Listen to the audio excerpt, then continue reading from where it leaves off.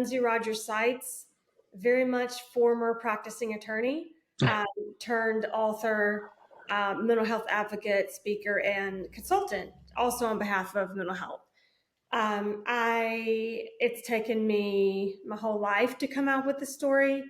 Uh, it began, well, it began in my 20s, but the journey to actually sharing started in 2014 when my husband and I experienced a tragedy where we lost our son, and really began thinking about some universal concepts such as love and forgiveness. And in order to love other people, you first have to love yourself. And so that took me back, oh gosh, 15 years or more, to my early 20s, when I had just graduated from undergrad at NC State, newly married with my husband, and started experiencing some very disturbing symptoms. It started out as depression. Then over time, it got more agitated, which I didn't understand because I didn't think depression should be like that. Yeah. So then started seeing some doctors, and it was very slow to be diagnosed, in and out of the hospital several times. Finally, after going through many trials at medications, they realized that I was manic depressive. So that explained my mania was not as high as some experience. So it was somewhere between hypomania and pure mania. But the mixed states where you have depression and mania together were the worst for me. And that's when, on extreme, I would be suicidal. And it was a very rough life to live, especially because I was entering law school to be an attorney. So juggling that, and then decided to have kids, had two young daughters at the time. That was the beginning of the journey. And you're close by. I don't think I even realized. Well, maybe not close by now, but NC State is down the corner. We live in Durham here, North Carolina. Oh yeah, we're in Morrisville, right outside of. Oh, yeah. so still here. Yeah, this has been, well, almost my entire life. I'm 42 now, but my parents originally moved 30 some odd years ago to Charlotte. Okay. And wife and I just moved here to the area. Maybe, well, it's not unfamiliar to her. This is where she moved from, Connecticut, but just to start a family. So like 4 years ago to this area. So I don't think I realized that you were still like that close. It's a great Wonderful. to have a family. So It is. It is. That was our goal. It was like, okay, well, we're in Charlotte, and everybody else in my family and I knew like moved somewhere else, or at least gone to school somewhere else, and I hadn't. So this was kind of like, okay, if we're gonna do anything, do it now. So yeah. So wonderful. So sorry. As you were saying that, I was like, oh, like that's not far at all. yeah. So anyway, so you said you were in law school or finishing law school. Yeah, pretty stable through law school, and then went to a very large top tier law firm in New York City to practice. We moved up to Connecticut with, I guess the kids were 18 months and almost 3. So I was commuting in an hour each way from Connecticut to New York City. And that's when I really began to understand the dichotomy between struggling with mental illness and how you can be a functioning member of society at a high level in various professions. So even though I was medicated, other than, when I got pregnant, et cetera, it was still hard. Working 16 hours a day when I was a first year, I really felt like I had to prove myself because I was a woman with 2 young kids. So I even slept in the office some, and was working all weekend. And that was before the day like we have now where you can work remotely. So you were always expected to be in the office. So I would cycle between, I love my job, this is wonderful, I can take on more projects. And then the next, I would be driving home, 10 o'clock at night, knowing the kids were already in bed, and going down the dark roads in Connecticut and really saying, what am I doing with my life? I hate this, I'm so depressed. And so it just, being a professional with any type of mental illness is really hard. Yeah. And that's the reason I'm working now to try to work with businesses to help better support those with mental health issues, because there's really a gap and it really needs to happen. But so then got pregnant with a son he was born in 2013. And at that point, when he was about 15 months old in 2014, my husband had been a stay-at-home dad during that whole time. And then he had gone back to work a few months before Ben passed away in a hot car tragedy. So then that really initiated a journey for me of self-love and I don't think I'd ever really accepted myself for my imperfections and being manic depressive, because I'd hidden it my whole life. Hidden it until this week when I published my memoir. But Yeah. it's hard to really love other people if you can't even accept and love yourself for who you are. Yeah. So that has been a very long journey since Ben passed away, probably up until recently, and it's still ongoing. So Yeah. And it is. And I think people kind of forget that, you get tricked into this, well, try this and, you'll be cured, or, take these 10 steps and, your anxiety, your depression, any of that will be, no big deal anymore. And that, that can't be the case, because life goes on, and you don't know what life, you don't know what life is going to throw at you next, but you begin with better tools in your arsenal, better skills to be able to manage it differently. yeah, So that's how does, go ahead. mhm. No, I was going to say that's right. I mean, for me, if anything's lucky about having manic depression is that it's highly treatable with medication. So if I'm on the right medication, I do so well. But then even on medication, you still go through mild ups and downs. And Yeah. so there's no magic to it. I mean, you still have No. to struggle and get through it. So, Yeah. but I interrupted you. No, I was going to say, so, so go back to 2014. I think for a lot of people, like, you might look at that and go, well, how does that spur something, inside of you to look at, in a perspective of self-love? How do you feel that, transpired for you? How did that come about versus very understandably going the other direction? Right. So my husband inadvertently left my son in the backseat of the car where he passed away. And after that, I was questioning what love was. Just in general, it was hard for me to Yeah. understand love and forgiveness. And over the next year, I really went through severe ups and downs and didn't cope in a healthy way. Ended up having a little bit of a breakdown in September of 2015. And that's when I realized that my grief and cycling and anger wasn't necessarily about Ben or what had happened with my husband. It was about myself, because um, I just couldn't live like that any longer. I Yeah. just couldn't. And I took a trip. We lived in Colorado at the time, where we'd moved to get away from media and everything, to be anonymous.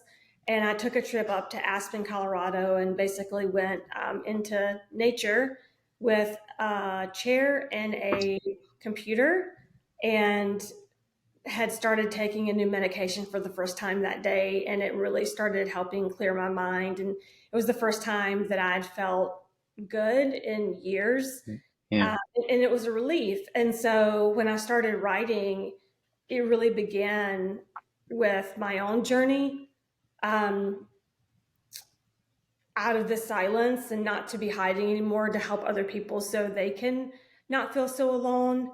And really thinking about the idea about my husband. One of the greatest things he's ever done for me was in my 20s, when I was going through such a hard time before I was accurately diagnosed. He supported me through the worst of it. I mean, the darkest days you can ever imagine. Yeah. And after Ben passed away, I feel like I returned that love to him, equally, not because I had to, but because I know that we were really soul partners in a way. So Yeah. everything was inextricably linked together. Yeah. And that's so, I mean, you mentioned, like, media and getting away. And then, on top of that, you have your own own pressure of what goes on, that, that like everything is weighing on you. And so how much of a challenge was it to kind of, not even just physically push that away, to be able to like keep on this path? Yeah. So initially, I went into survival mode. And when you go Yeah, into serious survival mode, you're able to be strong and keep it together because you have to. Your entire family and your life depends on it. Because we were deep in police and DCF investigations, so I just had to be strong for the family. So I didn't really have any issues with my mental health for the first bit. And I think once the investigations were over and I kind of had time to actually breathe and think and yeah, grieve and process what had happened, that's when everything just swept in. yeah, And so that's when it was really hard to control what was going on in my mind because, stress and trauma obviously are triggers for those of us who have mental illness. And especially with bipolar, any type of stress can be a trigger. So sure. that's when that really started. Yeah. And so, as you continue to move forward there, what kind of things kind of, help you, keep making that, I don't want to say like at bay, but that, I mean, grief and loss sticks with you, and they say time makes it easier, but I don't know. I certainly have, well, my wife for starters, my mom, they've all lost people, and I mean, they'll tell you 10, 20 years out from both of them, they still get upset, they still cry, and so there's got to be, things that you have to have in place to, stay on that. Because like I said, I mean, life still happens, and you can't say, okay, I'm done, that's cured, check, and no big deal. So how do you, when those things keep popping up, those those thoughts, those emotions, those feelings, those reminders, what kind of things keep you from falling back into the dark? Yeah, so time doesn't heal, time just takes No. away some of the sting of the memories. Yeah. Um, I saw a quote yesterday that meant a lot to me because I've done so many interviews and sometimes I tear up when I think about a few things. But the Yeah. saying was, when you can tell your story and not cry, you know you're healed. And I wouldn't Yeah. say I'm completely healed, but um, my husband and I are healing through the process of going public and discussing Yeah. everything.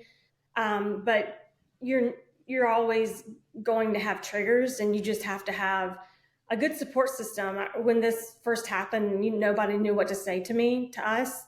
Sure. Your Yeah. best friends are ones that would just sit there in silence and just be there for you. So I think definitely having a good support system and somebody that you can talk to and help process emotions is really important. I didn't do a good job of that. I wish I had. But asking for help when you need it. These are just some things that can help you. Yeah.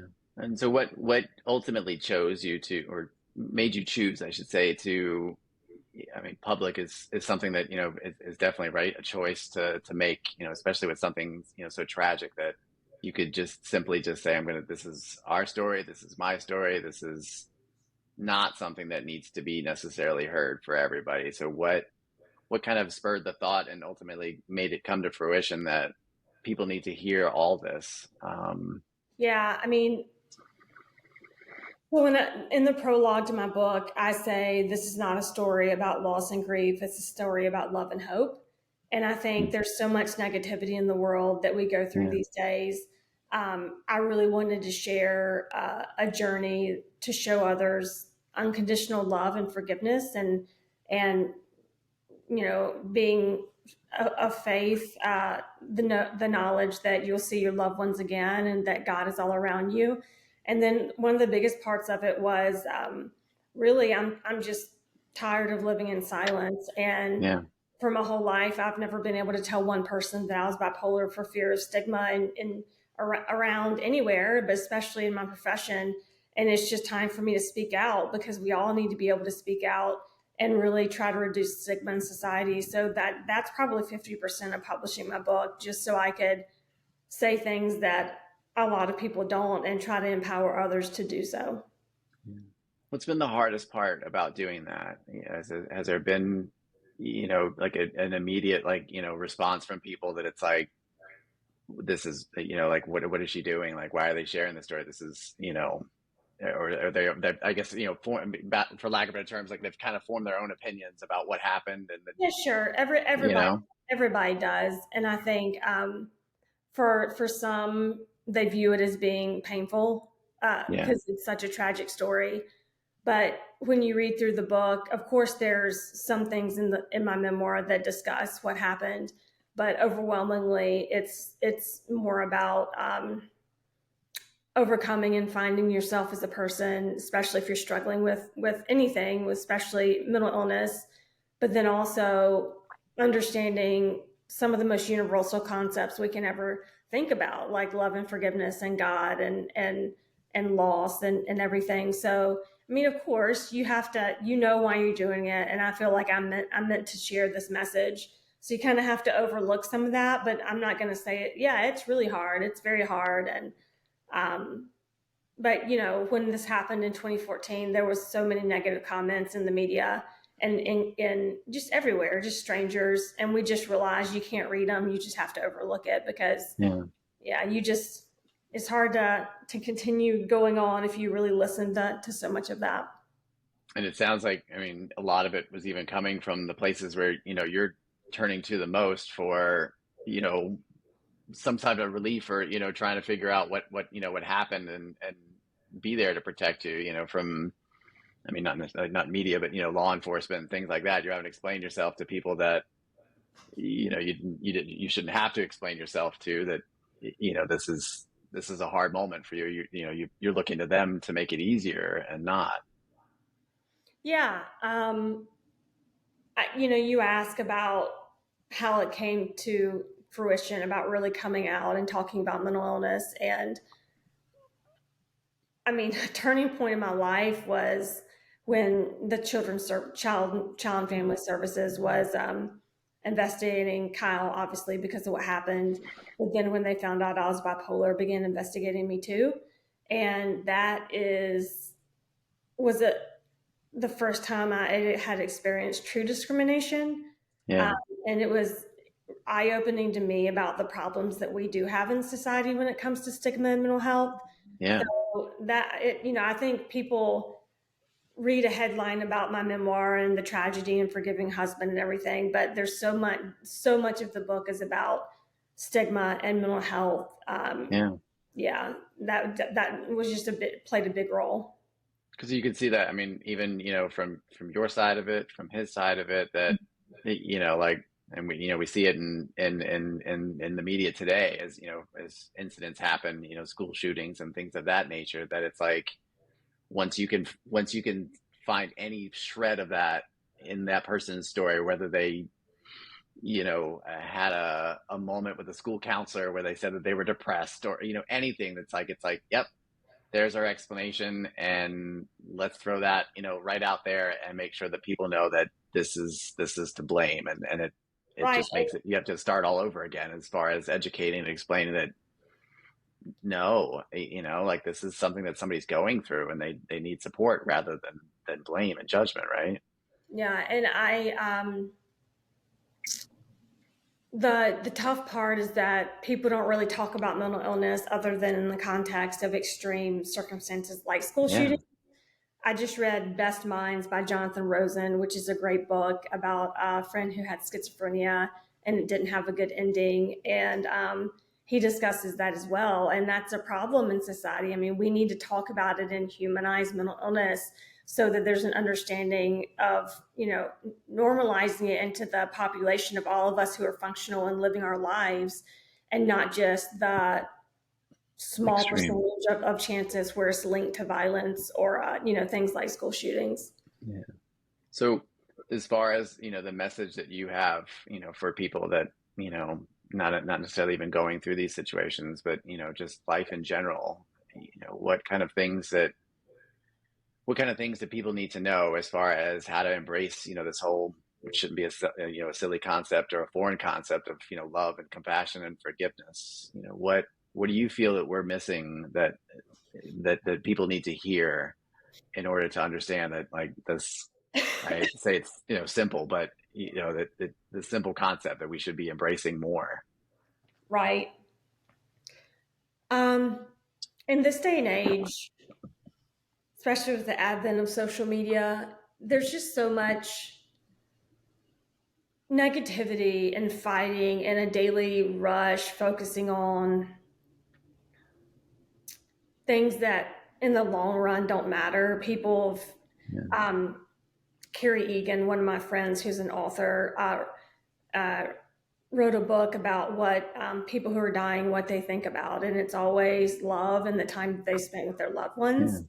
And you never know when that last moment is going to be. And I think the fact that above all of the negativity that we see in the news around the world, that there's such overwhelming love in God and with ourselves and between human beings, that if we just focus on love and forgiveness and try to really make that a part of our lives, it can make humanity so much better. And that's something I've tried to live, even though I'm not good at it all the time. But it's one of the most important things we can do.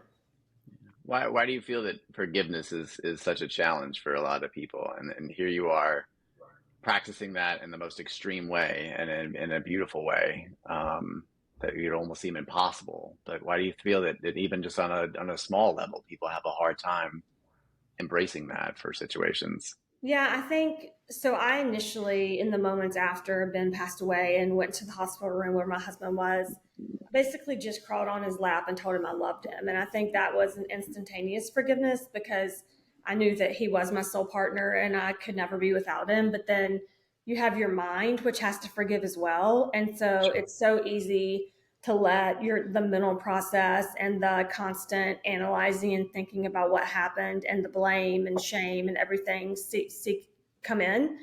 And I think sometimes you have to really go with your instinct and your gut and your heart, which is really hard to do because the mind is so powerful. Yeah. But eventually it took me, I went through times when I would yell at him and just, it was hard. It was hard to forgive, but then I eventually went with my heart instead of my mind. And I just think that generally that's a tough thing to do. It's people, overcoming that. Yeah, absolutely. So where are you today? What what do you feel? What do you believe? What do you stand on? And ultimately, what do you hope to see in the end? Yeah. So, healing, we're definitely at that point where we're healing together. I stand on faith. I stand on um, being you and realizing be authentically you, even if you have imperfections. And I stand on that. And I guess I'm really dedicating my life to that now, to raising awareness around mental health in society so that we can be ourselves and love ourselves and realize that we're beautiful just the way we are, and reducing stigma and discrimination because we've just got so far to go. I think also just standing on unconditional love because that's something that's so lacking, generally, I think, around the world. God's unconditional love and our unconditional love for each other is one of the most important concepts in my life. Like, Thank you.